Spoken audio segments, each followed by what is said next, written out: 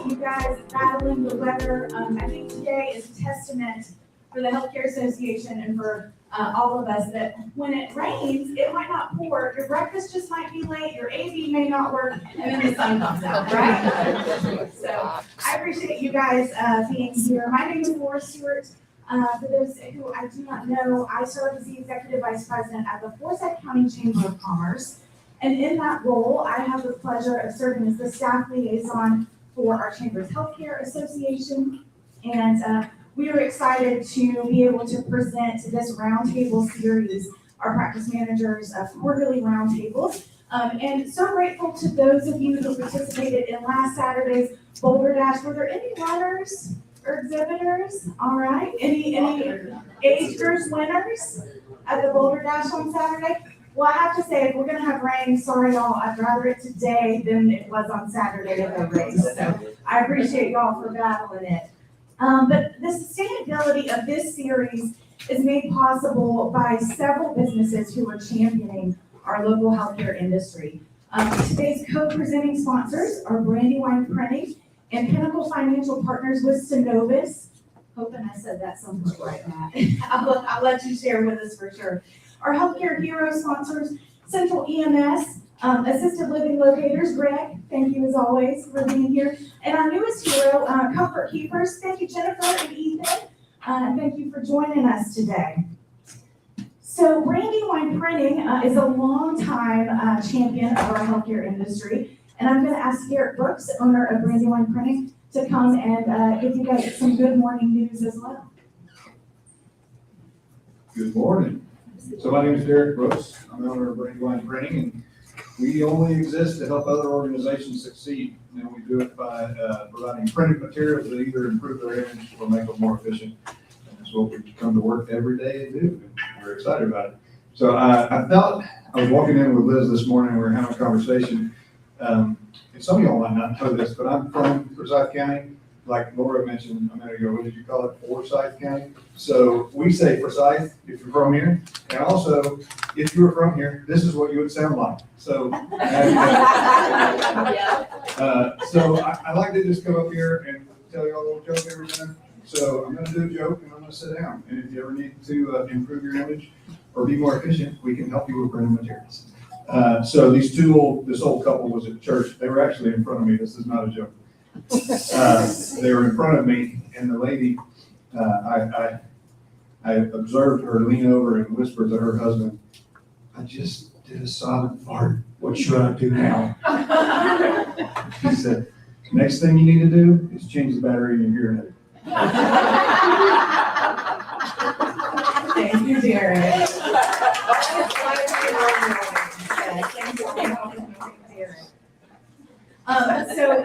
No easy acts to follow, but we do have co-presenting sponsors this year for the Roundtable Series. And Matt McClure is a longtime friend of the Healthcare Association and currently having to represent two brands as he goes through, no joking matter, a merger. But y'all, please help me welcome Matt McClure for a few remarks. Good morning, everybody. We appreciate filling up a room. I told Lauren I got here and saw this many people here when it's been rainy and dreary. It's wonderful to get you guys out and be able to kind of cross-pollinate practices and get to know each other. It is hard to follow Derek. I'm going to next time I get to go first. But I've known him a long time. He actually keeps me around. I come and I pass out all his materials for him as well. So I'm very interested in today's topic. As you can see, we have two names up here. So I've been with Synovus Bank for 16, 17 years, and we are going through a merger. So if you want to talk about the need for de-escalation, try and take two large banks and get them to start playing nice with each other. There's a lot of need for de-escalation. But my primary focus with Pinnacle and Synovus is healthcare.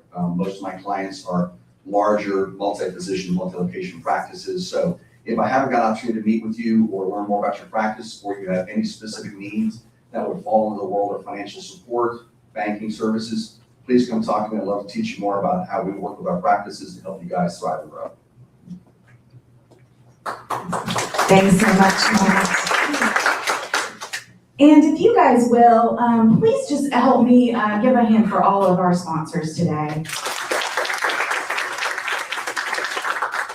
And so speaking of one of the organizations that supports the Healthcare Association, I would be remiss if I did not thank our host site today, Northside Hospital for Side.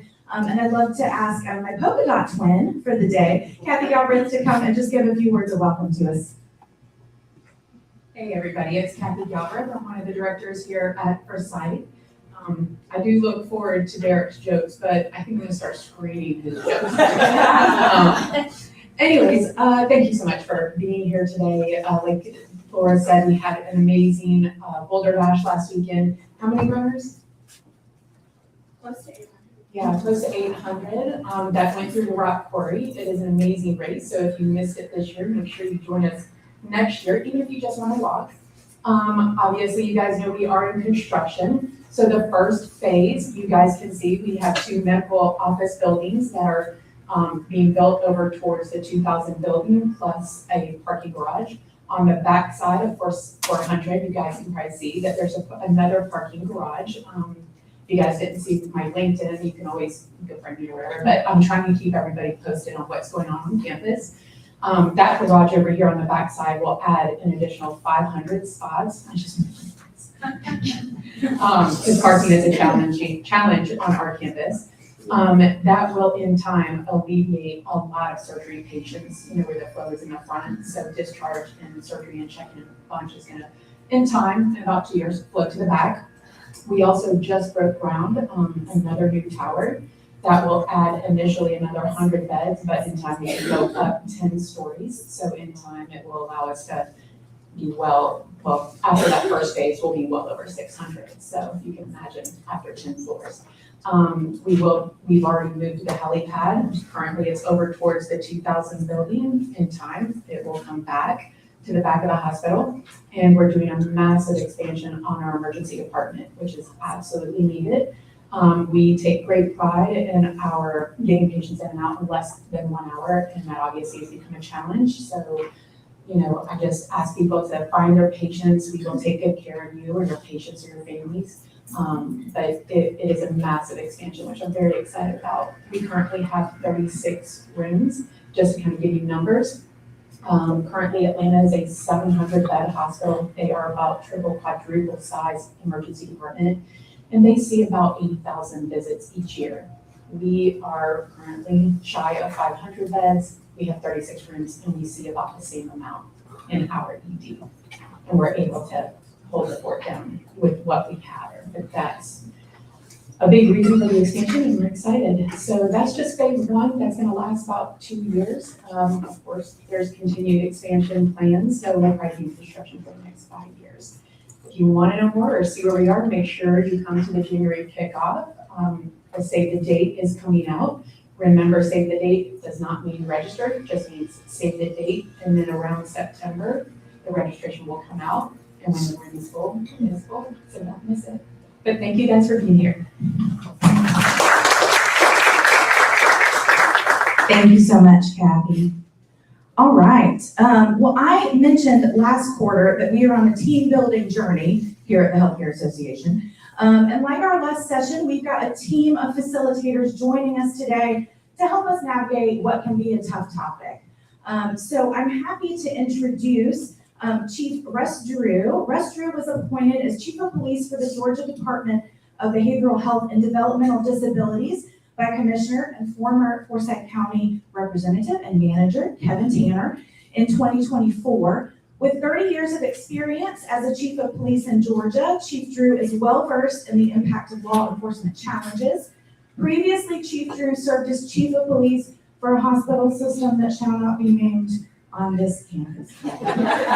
His department, however, served 3 academic and 7 hospital campuses with a service population of 50,000 people. Included within that jurisdiction was the CDC and the Carter Center.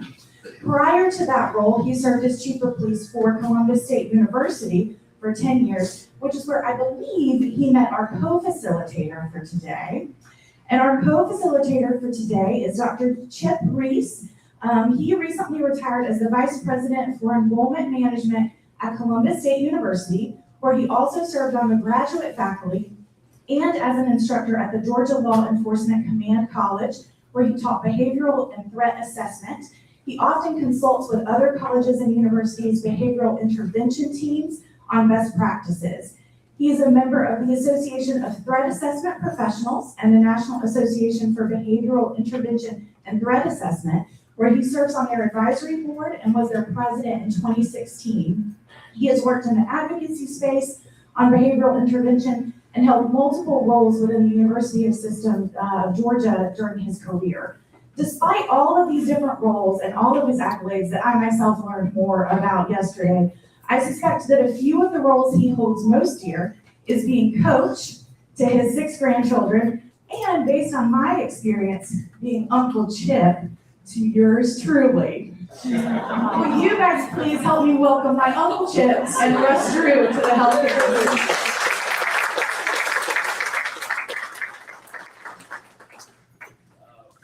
Thank you, Laura. It's been a pleasure being an Uncle Chip. We've been there for a long time ago. I'd be remiss if I didn't welcome Synovus. I mean, with us from Columbus, Georgia, Synovus has been a big part of the community for a long, long time. It's a big change. It is, and we appreciate what you guys have done for years. Russ and I, he recruited me almost 20 years ago, so we had been joined at the hip for a long time doing this kind of work. A lot of what I did for years was a dean of students. If you don't know what a dean of students is, everybody here go to college. If you didn't, it's okay, but college, if you met the dean of students, you were probably in trouble, okay? I threw parties too, but I was also the guy that when the party got out of hand, you had to come see me the next morning. And so in that role, I got into this behavioral health type of role and this intervention role. And I've been threatened. I've had my tires slashed. I've been cussed at. My family has been, their lives have been threatened with phone calls to the house, things like that. Just probably how I could chief of police from time to time. And so, I've been in the room when the parents are coming after you, in a sense, not only emotionally, but they start moving towards you. I've been standing there, but I've also have been invited to weddings, right? I've made friends with students that now are lifelong friendships, and I've watched their children grow. So the hard work that I did, there's a big payoff, and I'm sure that many of you feel the same thing. There's tough days, but the work you do is absolutely incredible. It's absolutely incredible. The good days outweigh the bad days. But we want to talk about the bad days a little bit. So in here, while we're in here today, see where we're at. Okay, that's me. When you retire from higher ed, it's mandatory you have to start a consulting company. So I did. So I'm here. That's me. All right. Lawyers, when you start a consulting company and you start talking about safety and things, then lawyers need to write things for you. The stuff that we're going to talk about today, I've been doing this for years, and it's amazing, but it might not work. Okay? So don't call me if it doesn't. I'm going to talk about big picture stuff. I want you to think in terms of pictures with what we're going to be going through today.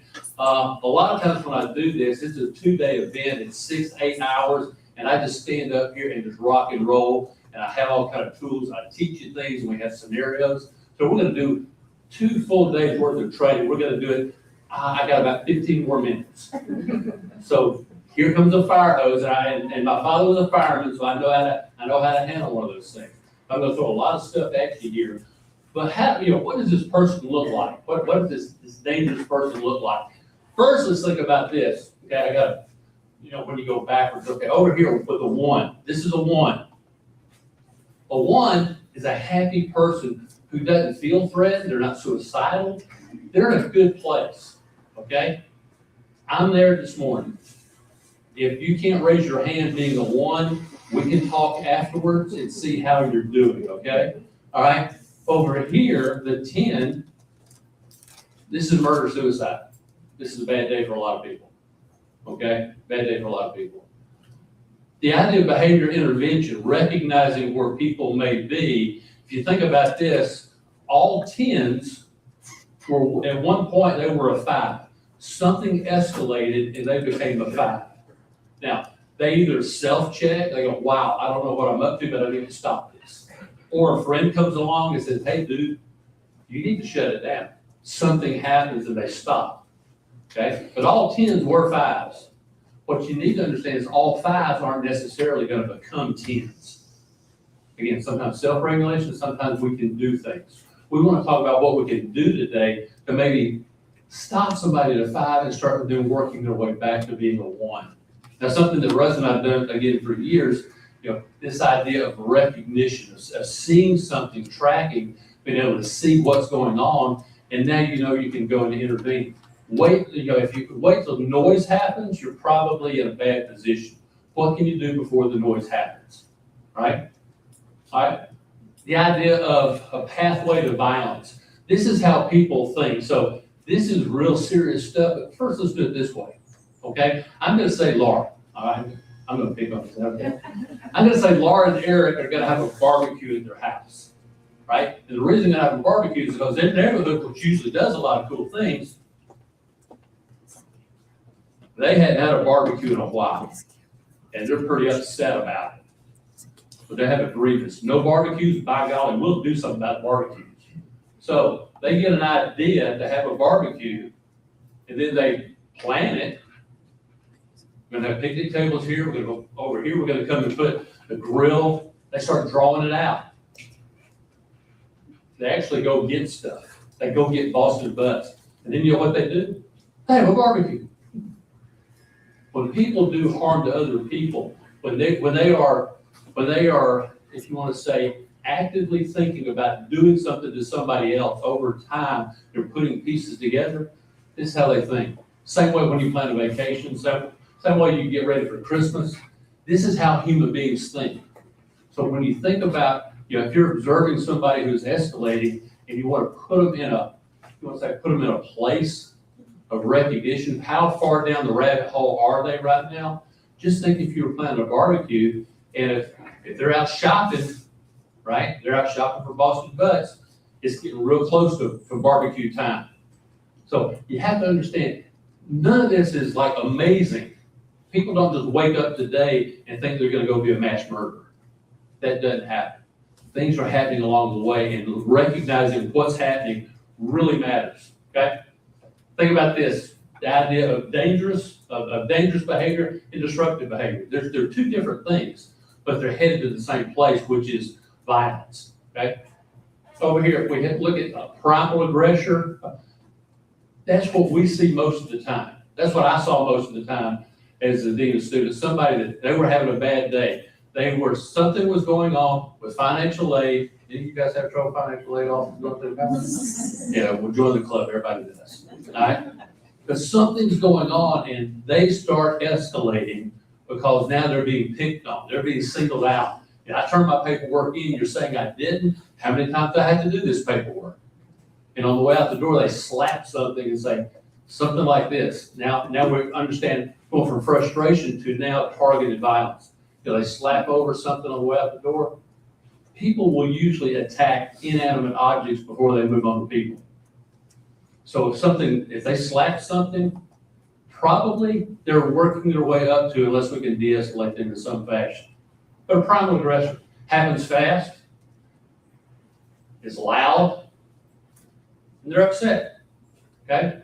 It's upset. But if we don't stop them, they're very disruptive, but they're on the way to violence.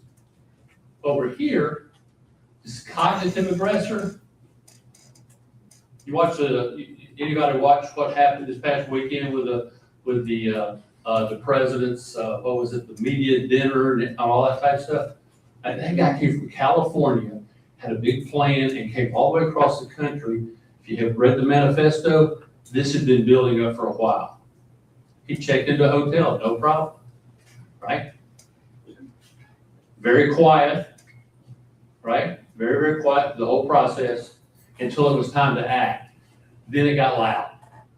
Moving in the same direction, because at the end of the day, whether it's primal aggression or cognitive aggression, whether somebody just gets upset and all of a sudden things happen fast, and then we have what's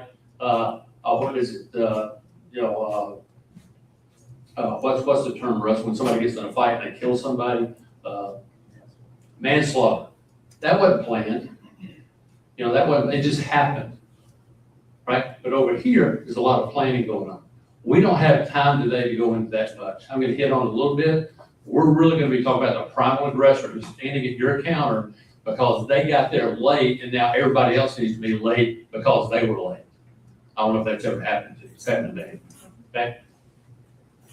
All right, the cognitive aggressor here, you know, is what we call the cold attack. You see, it's very predatory, it's targeted, and it's very, very high risk. Again, things happen. This is where the deadly mass type of murder take place is with a cognitive aggressor. There's a lot of planning that goes on. They're looking for places they can have a high target value out through there. As you come in contact with them, you'll see they can be very, very nice. Okay, very nice. They're gathering intel. They're looking at things, how do people react? How do things happen? You know, on their campus or within an office, how are things going about? Until down here, the noise is getting ready to happen, and they have a very flat affect. Things happen fast, and it's probably irreversible. So where are you with someone in this process? Doesn't mean nice people are cognitive aggressors. There are nice people. But a very, very nice person that you don't know that's incredibly helpful, and I just gotta go, that's just kind of weird. They're overly helpful in what we're trying to accomplish here, right? You know, like, don't worry about us, we're just fine over here. It's not a problem at all. It is a problem because normal people, barbecue, normal people get upset when things don't go right. Okay? Over here, this primal, the heart attack, you know, this idea of the affect they're bringing in, again, it's loud, it's explosive, but most of the time it's low risk. Your primal aggressor, most of the time when it's over with, they're remorseful. I'm so sorry we got upset. I really am. I usually don't do that. That's not who I am. And we've all had that as well. But when do they get that? When they get what they want, right? Now, I want to ask you, when you're in the moment, do you want to win the argument or do you want to de-escalate and nobody get harmed? So you have to decide what you want. I want to win, by golly. No, I want it to calm down and I want everybody to walk out of here and be okay today. So you have to understand what's your goal, okay? And how can you meet that goal? All right, over here you can see some other things along the way. Here's the big one. The goal is to intimidate other people into giving them what they want. With the cognitive aggressor, the goal is to harm people. But over here, I want to get something done, and if I intimidate people, they will do what I want. All right, so it's two different people, but at the end of the day, left unchecked either one, you can have violence and you can have death. So let's talk real quick about a couple of different types of things that you can look for. Again, big picture stuff. Put pictures in your head. An injustice collector. Marielle O'Toole, she was a profiler for the FBI. We're not supposed to say profile, but that's what she was. I don't know if they changed that name today because profile is a bad word today.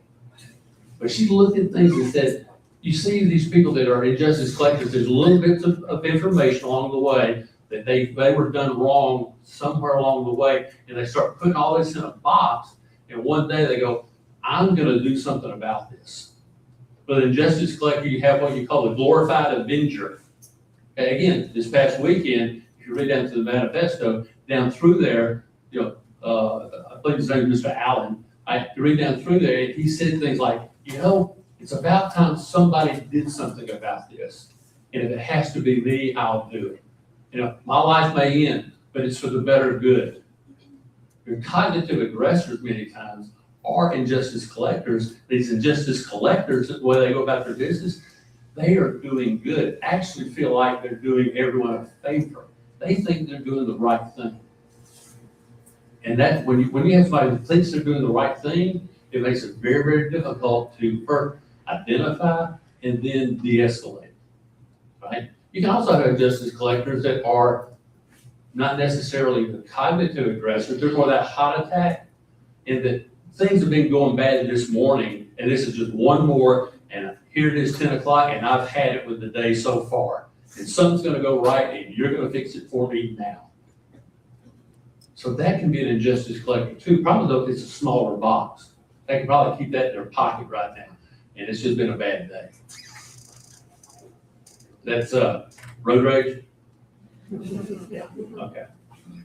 How about down here, the fixation and focus? Again, it can go both ways. You can have somebody who's very fixed and very focused on you standing on the other side of the counter in the morning because they did something or whatever's going on in their life and they're upset, and now you become their target and they're focused on you.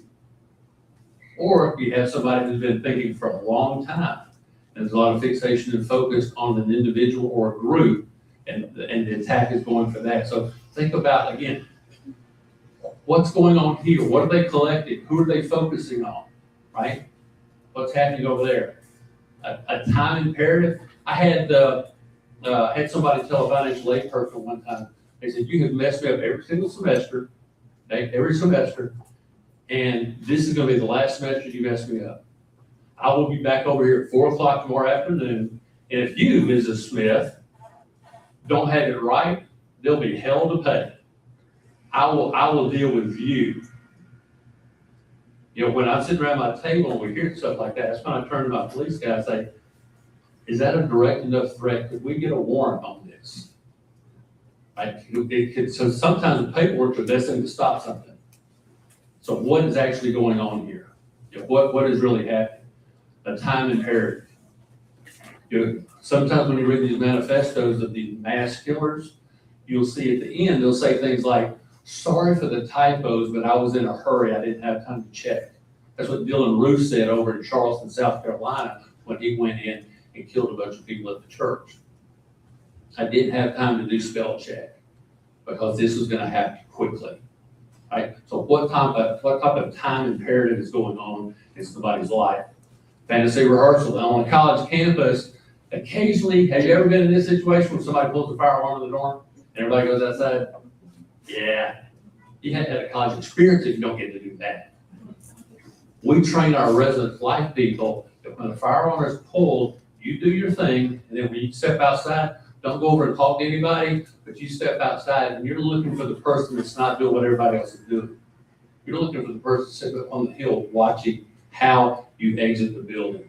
Because they may be a dress rehearsal trying to figure out how we're going to target people. Here's the funnel. If I sit here, I can get a bunch of people at one time. There's fantasy rehearsal in your lobbies right now of people that are having a bad day, and they start putting together their barbecue. I've had it, got this grievance. I tell you what I'm going to do. When I get up there, I'm going to give them a piece of my mind. They start wondering, what am I going to say? How am I going to go about it? Okay, I see some stuff up there. I'm going to knock some stuff off there. They start planning while they're sitting in your lobby how they're going to present to you. And if you understand the barbecue, you can see where they are when they're standing in front of you. And then you can stop them from knocking stuff off. Because they do that, other things may happen. And then over here, the free falling. Somebody whose things just haven't been going right. Suicidal. You have somebody, as you're speaking with them, and I don't, just whatever, it just doesn't matter. I probably won't be here tomorrow, you know? Or I know I've been trying to get an appointment with you guys, but tell you what, don't even worry about me anymore. I'm fine. You have people that are just kind of free falling through life. Okay, things just aren't going right. Okay? Now, how does all this kind of come back together? Let's think about this. Okay? There's your de-escalation zone, because if you can recognize the behavior here with that hot attack, somewhere through here, you need to recognize that enough to de-escalate before we get to violence. With the hot attack, you can kind of see it coming, especially if you understand the steps that are involved. You get that picture in your mind of what's happening, you kind of get an idea of what's getting ready to happen. And so you can start de-escalating. Over here, again, this is harder. That's a much harder for that cognitive type of person who's planning, who's keeping below the radar. You don't see anything coming, but there will be a time when you can de-escalate. That is, when somebody's putting something on Facebook and all that kind of stuff, and they say, when things happen, well, why didn't somebody see this coming? Why didn't the police arrest them? We got this thing, I don't know, called the Constitution. It's really, really good, except when it's not, right? And if we could violate people's constitutional rights and put them in jail before they actually do something, a lot of things could be prevented because we know they're headed there. But there's a problem with that. We can't do that. So being able to work with families as you see people escalating, and whatever's going on, we can work with families to get them to get people to get help. Right? But here, sometimes you got a short period of time in that de-escalation zone to prevent violence from happening. So what are we gonna do? Love this. You ever said that to somebody, now just calm down, would you? People don't calm down like you told them to calm down. That usually doesn't help, okay? All right, my sister's in the back of the room. Because that's her daughter, so she got invited up here too. You won't believe the number of times since I was growing up, she told me to calm down. It didn't work out very well, did it? No, it's a bad thing. Making demands, okay? Hey, I hear you. You go sit down and I will get to you when I'm ready to get to you. There's a conflict getting ready to happen. Again, do you want to win the argument or do you want to de-escalate the situation and everybody walk out of here? Does that mean sometimes if somebody gets bumped to the front of the line? Maybe, I don't know. Maybe. Are we gonna visit with that person later? Yeah. We're gonna have that post-intervention type of discussion. Hey, today this happened, but I don't think we can move forward with you coming in here and doing that. We've got to figure this out, right? But how do we get out of the room? Argument takes two people at least. Just decide I'm not gonna argue. Doesn't matter where they go. You're not gonna argue. It's not gonna be point for point for point for point, right? Because you will lose. Even if you win, you will lose. So just decide not to do that. Here's the big thing, right? How you respond to folks, because how about here? They want something to accomplish. You're a hot attack type person. They want something to accomplish. So if you can say, I want to help you. Now here's the key phrase. Is that okay? They're gonna need to respond. If they say no, sorry about it, we're at an impasse. I said, yes, great. Asking people, is that okay, brings them back into a conversation, okay?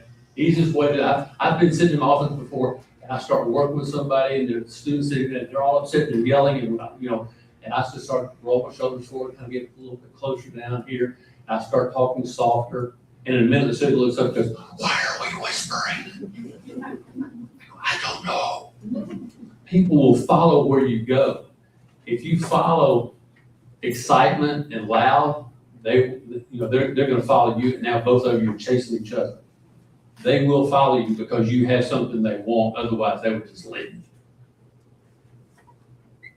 Down here, this idea. Tell me everything that's on your mind. I'm not going to interrupt you unless I have a clarifying question, but I want to hear your whole story. A lot of times you know the story, and a lot of times it's the same story you've heard for like 15 times this morning already. But people need to tell their story. So let them tell their story. They need to get it out. They need to open their mouth. They need to get it out. Let them tell their story, okay? To say, I'm not going to interrupt you unless I need to ask a clarifying question. Is that okay? You need them to respond to you. All right? Over here, is it okay if I take notes? Because, well, sure, because I don't want to have bad information. All right? What you have to really understand, the person that's asking the questions is actually in charge of what's going on. If you're asking the questions, you are controlling the situation, right? Because this is going to happen too. Don't take any of this personally, right? They will ask a question. One time I had a parent in my office. They were all upset about what was going on. And I said, do you have a son? I was young and stupid and didn't know him better. I said, sure I do. It's Seth. He's a great kid. Well, one day somebody cracks on him like you're doing to us today.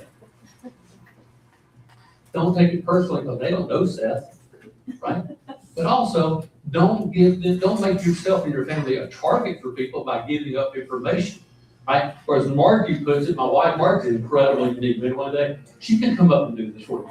She's an LPC. She's really good at this stuff. Margie says, if you don't want people to get your goat, don't tell them where it's tied up.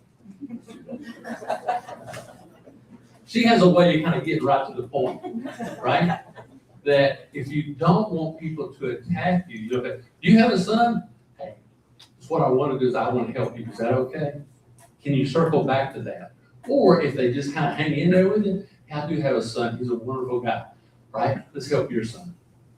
How can you get back to, and if they just fire off, it's okay, right? Because they're not gonna change your relationship there. Don't take the bait, okay? Don't let them know where your goat's tied up. All right, with that, I'm gonna give you over to a good friend, longtime friend, colleague and such, Rush Drew. We have been in too many dark rooms together over the years.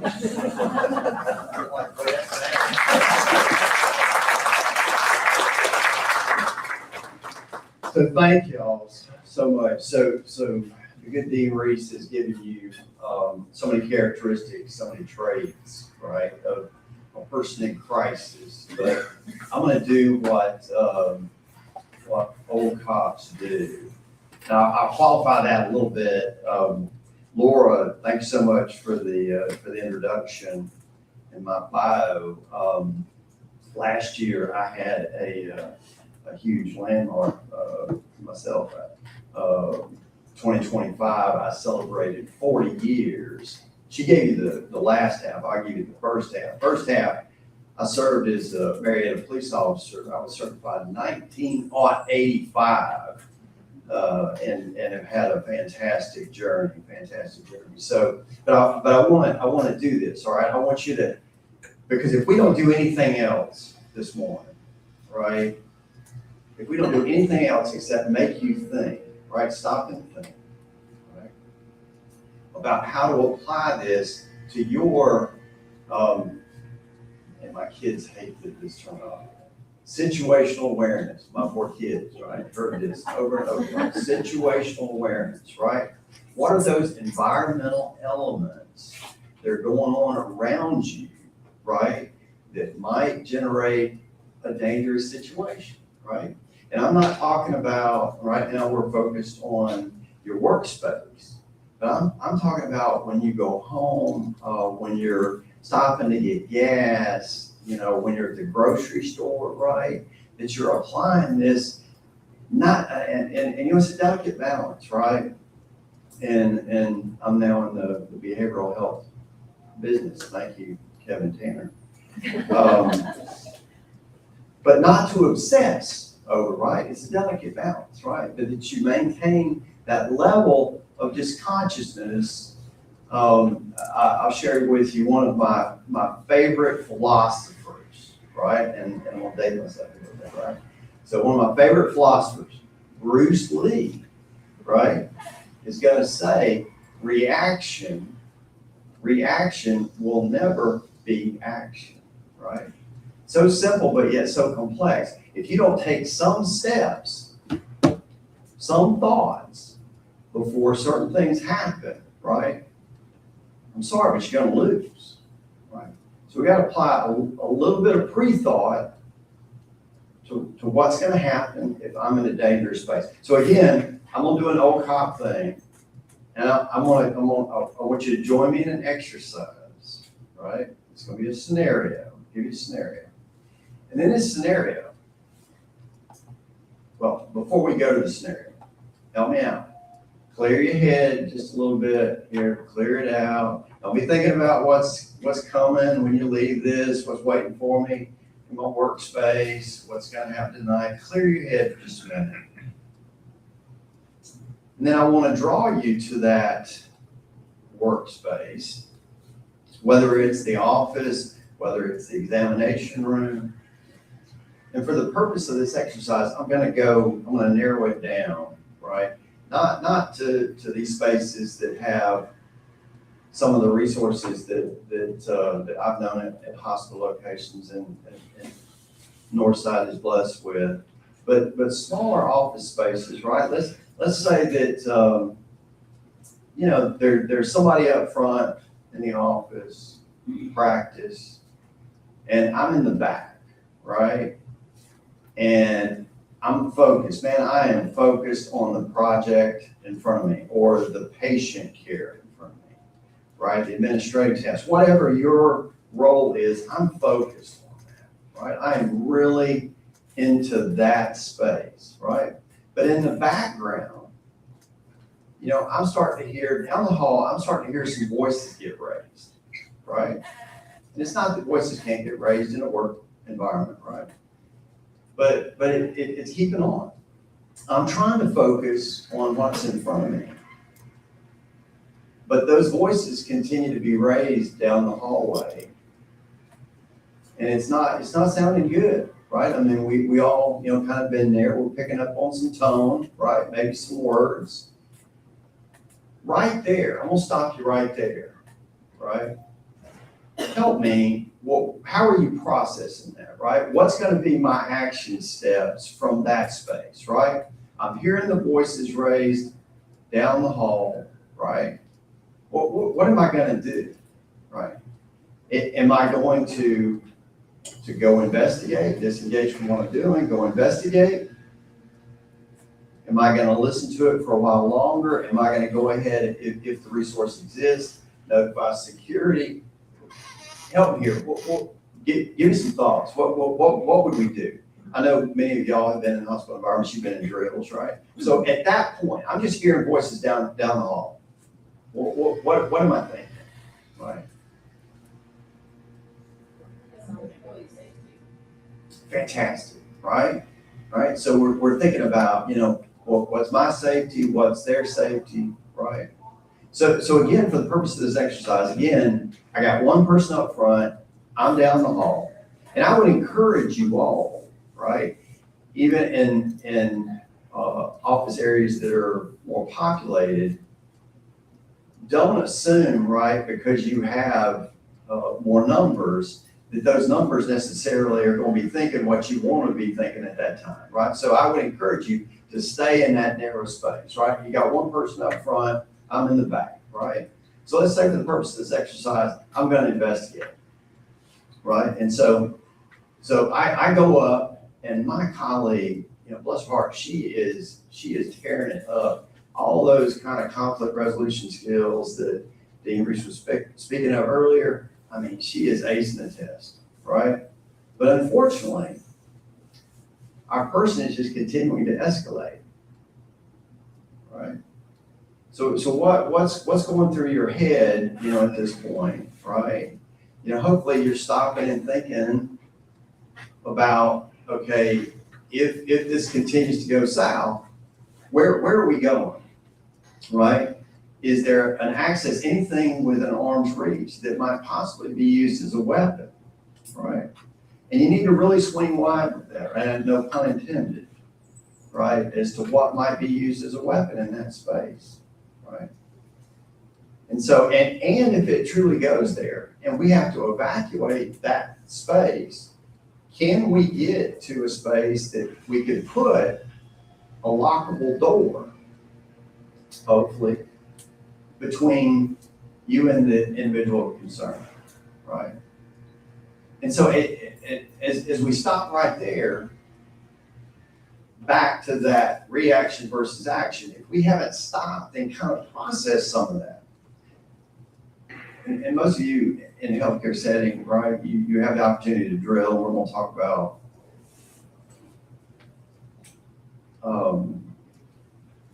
drills. Laura was being a bit to me, and apologies for the other hospital reference, right? With Emory, but that's right. Yeah, but even the hospital, the enterprise with that name, there was maybe a less favorable phrase called joint commission. That pushed drills, right? And so I'm going to talk about that in just a second about drills, but I want to stop for just a second in this space, right? The most important part of this conversation is your ability to stop and think, right, about your situational awareness. And again, whether you're at work or it's in your personal space, that you're stopping and thinking about what would happen if things escalated, right? And again, we're going to take you through some depths of some stuff, and I'm going to share with you some resources. But if you don't take anything else away from this conversation, just please try to make the time to think about those things, right? So, most of the people in the room are office managers, employee practices, or private, and kind of like think, very different resources Right. that could be available Right. for drills that may occur, that may not, some on campus, some off campus, so very, very different dynamics. And, like you said, when you're a nurse and you're in the hospital, you've got certain drills and certain things you have to do all the time. The other thing that's become more complicated in healthcare is more employee on employee violence in the physician offices. And then, of course, patient, to staff. And it's interesting, Uncle Chip said something designated that, the frustration could start with someone else, like somebody's pissed about a bill, so they're talking with someone else. And it could even be occurring with like a billing company. And then the next thing you know, the office doesn't even know, and that patient will show up and be very angry and they don't even know why. So I think the other piece is the turnover. The turnover in the physician practices is increasingly getting pretty hard. And then front desk, who answers the phone and greets the person, is probably one of the most highly turned over positions. And so it's like, how do you keep up the training or the awareness or, I don't know, but like the tools, I think, is so important, especially for our private practices that may not have, like a lot of our practices are on campus. They can hit a button, security's kind of there. So I think it's, what you're saying is very important and just recognizing, but it's almost like to recognizing and then what you do. You're moving out of line. Yeah, and then the constant training is just like exhausting, or maybe you don't remember to do it, but I think it really needs to be something like this, part of the employee onboarding for everybody, of course, but I'll even have to look and see what we do. I don't know, do we do anything in employee practices? Like, We, so is that part We're of supposed it? to talk about like code Yeah. silver stuff as a part of the orientation. We do an annual training as well. Joanne did one with Dr. Silver where it alerts the staff that we have to get the police involved. Also, I, on Amazon, spent $29 and did a doorbell system. I'm sorry, I'm loud enough in this. And I have 2 buttons under my front desk. When you can't leave the front desk because you have an active shooter in your lobby, it rings. We test it once a month. It rings in my office in the nurse's station, and it alerts everyone in my office to call the police. So those are a couple things that we're working on. No, that's fantastic, right? Yeah. And so, Two things, it's not always the same as this. Right, And then yeah. it's only once a year, and then you think about turnover. And then somebody else, we had another similar speaker, and it's, one of the offices, which is true, like, think about where you put your button, because Elizabeth brought some great awareness. It was under the table, and they kept bumping it with their leg, and after 2 visits from the cops, you're fine. So think about the placement of your buttons, yeah, thank you for that. Yeah, yeah. And not just that, but I just think I want you to hear the mindset of who's here. And the multiple, you talk about the homelessness, of the multiple challenges that are occurring and how it should start at financial aid or, where you guys might not even know, and then that person shows up in class and very angry about the world, and so we're experiencing the same thing in our physician practice from employee to also patient. It's unreal. Yeah, no, great conversation, right? And particularly, the pieces for those that may not be in those resource environments, the panic buttons and duress, which, I can start to twitch a little bit from that institution that we won't name, for exactly where you just went about, the placement, hit the knee with it, and if you cry wolf too many times, what have you done? But it all fantastic conversation. I'll share with you on the onboarding piece with DVHD that it is part of the onboarding, right, and it is exactly where you went because of the level of turnover, because I can assure you, whatever your turnover rates, unfortunately ours are gonna be significantly more. So, that's the only way that we can stay ahead was in the onboarding. I wanna kind of move through some of these spaces. So I really appreciate the reference to Code Silver, right? And so I think there are some non-healthcare businesses from the chamber in the room. And so, for those of you that don't know healthcare speak, Code Silver is for an active shooter, right? Just out of curiosity, so how many in the room have you been through a Code Silver drill? Right, Code Silver drill. Okay, gotcha. So the terminology, run, hide, fight, right? That's the national best practice, right? Is run, hide, fight. Words are very deliberate, and right there, right? When I ask you to stop and think, this, you go through a lot of breakfast and learns, lunch and learns, and great topics, right? But I would really encourage you for this space, right? Very few of those topics are going to have the impact, the danger to it that this does, right? And so even with that terminology, run, hide, fight, right? Stop and think about what does that really mean for me, right? In my particular work environment, right? And it's great points earlier about, beyond your work environment, right? If things broke out, what am I going to do? What are my steps, right? To protect me, to protect the folks around me. That great thoughts about other employee safety. How do I do that, right? And so the training's great, but so often, right? And I'm getting into those spaces. Jump ahead here a little bit.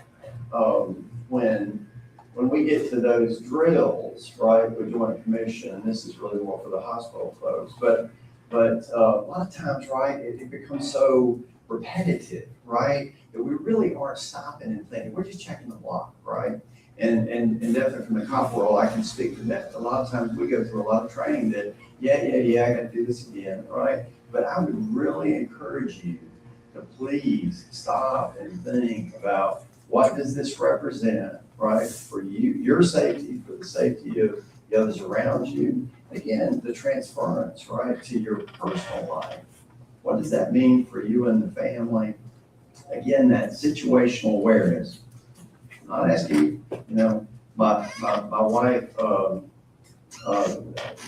don't want the word that she hits me with, that I have a tendency to awfulize, right? To awfulize. So I'm not telling you to awfulize, right? Or obsess over it, right?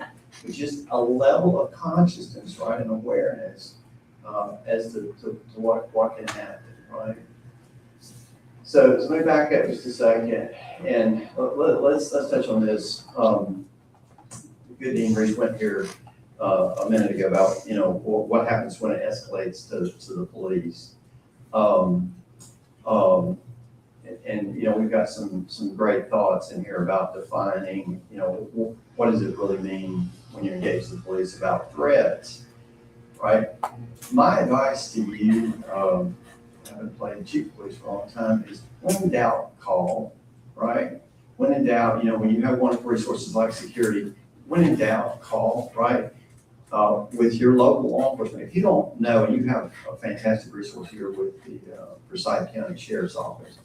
They do a great job, but I would encourage you not to wait for the moment to have that relationship. When we're having these conversations about the safety of your office environment, go ahead and call, ask them to come out, have that conversation, develop that relationship beforehand. So if you're in that space, and particularly if it's a gray area, Dean Reese's point, very, very rarely does the situation just pop, right? That is a very low percentage, right? More often than not, it's a building situation, right, with somebody of concern.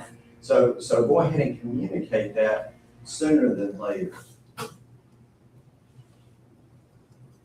So, again, I work for the Georgia Department of Behavioral Health and Developmental Disabilities. Can I take a quick poll here, for my employer? Who has had interactions with DBHTD? All right, Jamie, this is your opportunity, right? There you go. Thank you, Alpha Insurance.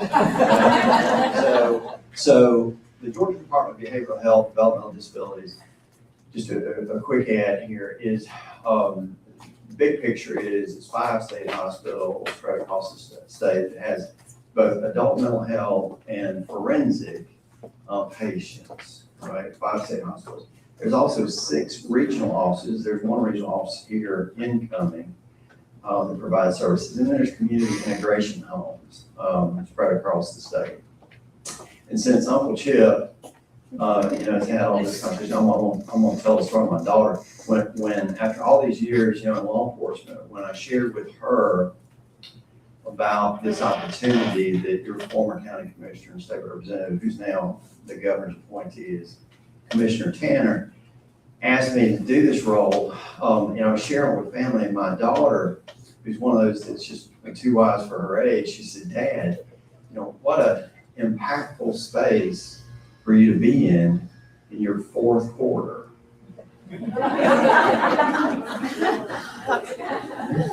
And so hopefully I'll get overtime or something. But we do some fantastic things. And I'm trying to watch more of my time, but one of the things that we do is crisis intervention team training, right? We're the state agency now that's responsible for CIT. And so, where did I kill it? I'm sorry. So, please, if you have an interest in continuing this conversation about crisis intervention, how to deal with folks in crisis, whether it's patient care, whether it's customers, please, your sheriff's office is going to be a host site in the next few weeks for a CIT program. And thank you, Lauren. Contact information for CIT, but please, if you have interest, please don't hesitate. You've got my contact information as well. Reach out to me directly. But there's other assets or resources on these topics with DBHTD. Please, see that portal and those resources. So I'm gonna leave you with this, right? And it's back to, if you've got to do the drills for Joint Commission for compliance, be thoughtful about those drills, right? If you're not in one of those spaces that has to comply with Joint Commission, make it a priority in your office space, whether it's healthcare or not, right? And my reference here to your high school psychology class with Maslow's hierarchy of need. I had a university president one time reference this when I was just asking him, so, what's your impressions of our role, police role? And he said, well, Chief, let's just go back to Maslow, right? And beyond that need for food and water, right? I need to feel safe.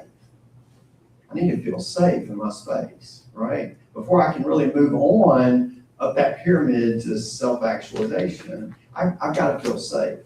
And don't make the mistake that I made as a younger chief of police when crime would be an issue in certain areas, and we'd go to community meetings, and I'd ask for somebody to pull the crime stats in that area, and I'd pop those crime stats up on a screen in front of a community group and tell them, look, you really don't have crime. You really don't have anything to worry about. How successful was I trying to tell people, right, that don't feel safe?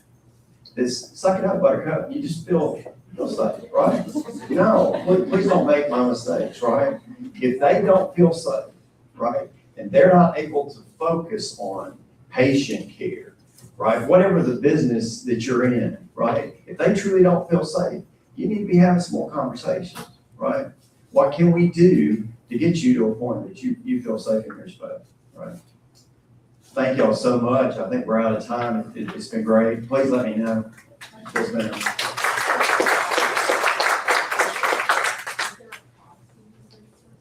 No, there's not. Well, the cost, bless your heart, comes out of your state tax dollars, but there's always a cost. Yes. Y'all help me thank our facilitators one more time. And to the point of, what was it, 6 days, Uncle Chip, of information that I told you had 50 minutes?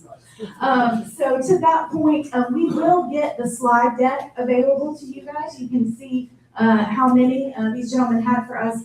We'll get the slide deck, sent out. Also, my colleagues have, a one-pager of resources that they put together for today, that'll go out into our virtual audience that will get emailed out to you as well.